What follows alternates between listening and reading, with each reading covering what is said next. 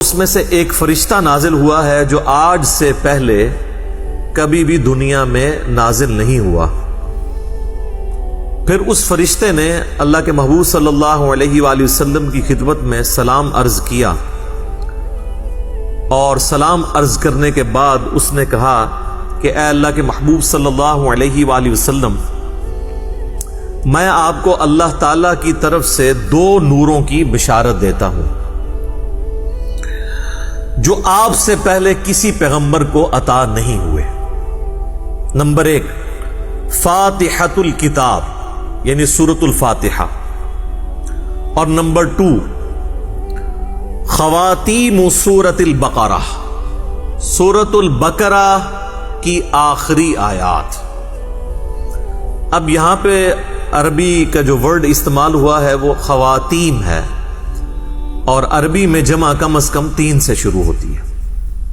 عربی میں واحد ہے، اس کے بعد تثنیہ ہے، اور پھر جمع، جیسا کہ مشرق یہ سنگولر کا صیغہ ہے، اور مشرقین 2 مشرقیں،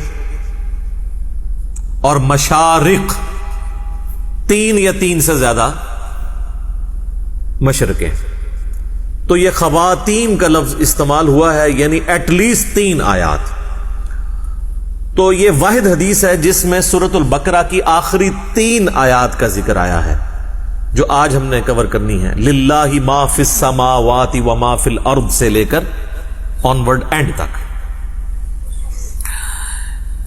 ایک اور حدیث ہے، صحیح بخاری اور صحیح مسلم دونوں میں حدیث موجود ہے، اور یہ اسپیسیفکلی ہمارے صبح و شام کے اذکار میں بھی شامل ہے، جو بلو کارڈ کے اوپر ہم نے ریفرنس دیا ہوا ہے کہ اللہ کے محبوب صلی اللہ علیہ وآلہ وسلم نے فرمایا کہ جو شخص بھی رات کے وقت سورۃ البقرہ کی آخری 2 آیات پڑھ لے گا تو اسے ہر چیز سے کفایت کر جائیں گی،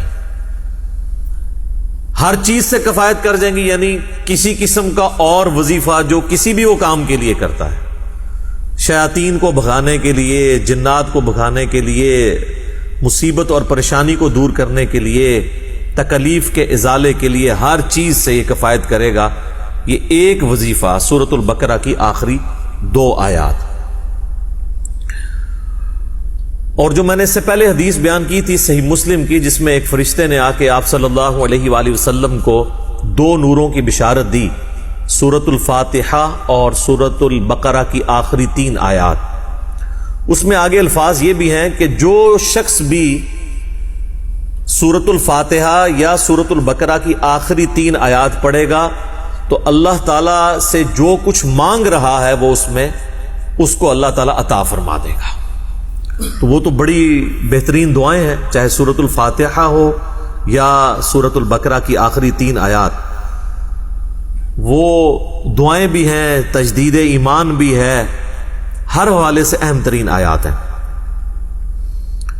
ایک اور حدیث ہے جامعہ ترمذی میں اور المستدرک للحاکم میں صحیح سند کے ساتھ کہ نبی صلی اللہ علیہ وآلہ وسلم نے فرمایا، اللہ تعالیٰ نے مخلوقات کی پیدائش سے بھی 2000 سال پہلے اپنے پاس ایک کتاب لکھی تھی۔ لوح محفوظ آپ کو پتہ ہے سب سے پہلے پیدا ہوا ہے۔ جامعہ ترمذی میں حدیث ہے کہ اللہ تعالیٰ نے سب سے پہلے قلم کو پیدا کیا اور پھر فرمایا لکھ جو کچھ ہو چکا اور جو کچھ ہونے والا ہے، یعنی اس کے بعد لوح محفوظ پیدا ہوا، اور جو کچھ ہو چکا یعنی قلم کی اپنی پیدائش، اور قیامت تک ہونے والی جو تقدیر سے ریلیٹڈ چیزیں تھیں، ایک ایک ٹائنیز ڈیٹیل اللہ تعالیٰ نے لوح محفوظ میں وہ قلم سے لکھوا دی۔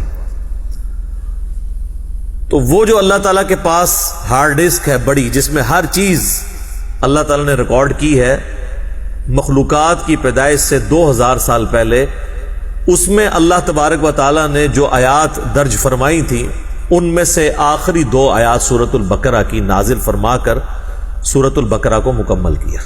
یہ کوئی عام آیات نہیں ہے۔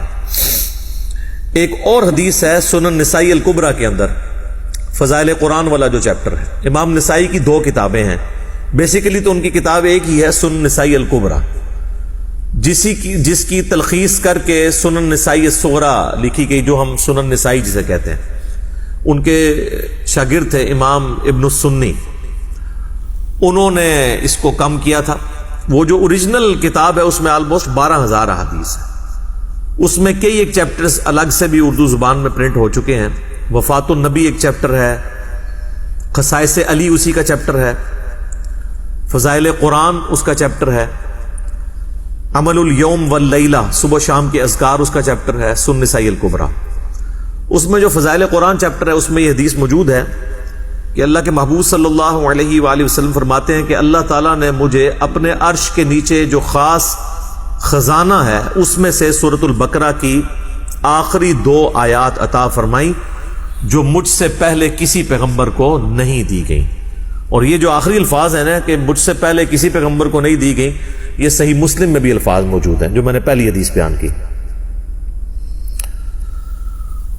ان آیات کی فضیلت کے لیے یہ چیز بھی بڑی اہم ہے کہ یہ آیات اس دنیا میں نازل نہیں ہوئی اللہ کے محبوب صلی اللہ علیہ وآلہ وسلم پر، بلکہ شب معراج نازل ہوئی ہیں آسمانوں پر. صحیح مسلم کے اندر موقوفاً ابن مسعود رضی اللہ تعالیٰ عنہ کی حدیث ہے، یعنی ان کا قول کہ شب معراج اللہ تعالیٰ نے اپنے محبوب صلی اللہ علیہ وآلہ وسلم کو 3 انعامات دیے تھے.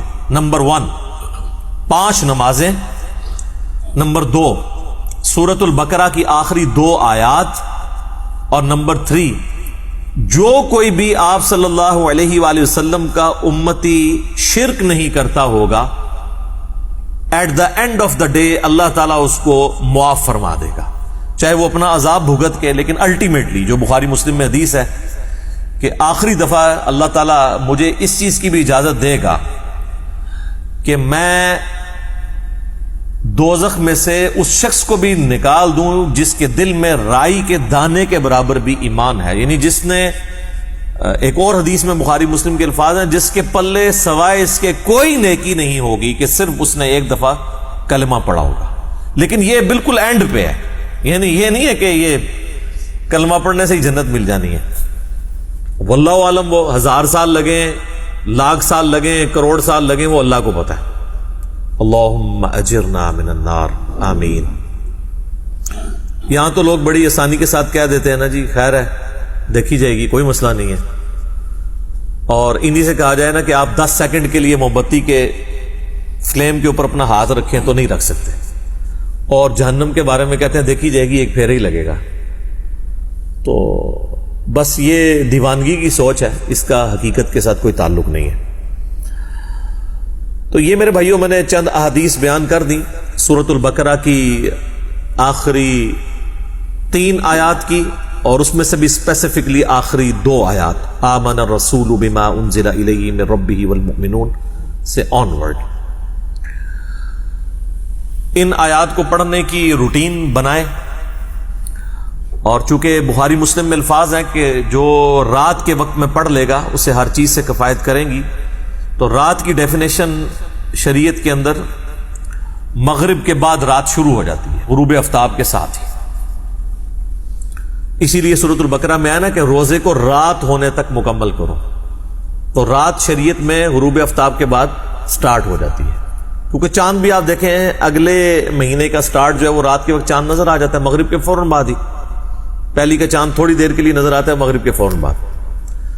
تو مغرب کے بعد بھی آپ ان آیات کو پڑھ سکتے ہیں، عشاء کے بعد بھی پڑھ سکتے ہیں، رات کو سونے سے پہلے بھی پڑھ سکتے ہیں. اس کی روٹین بنائیں اور اسے کبھی سکپ نہ ہونے دیں.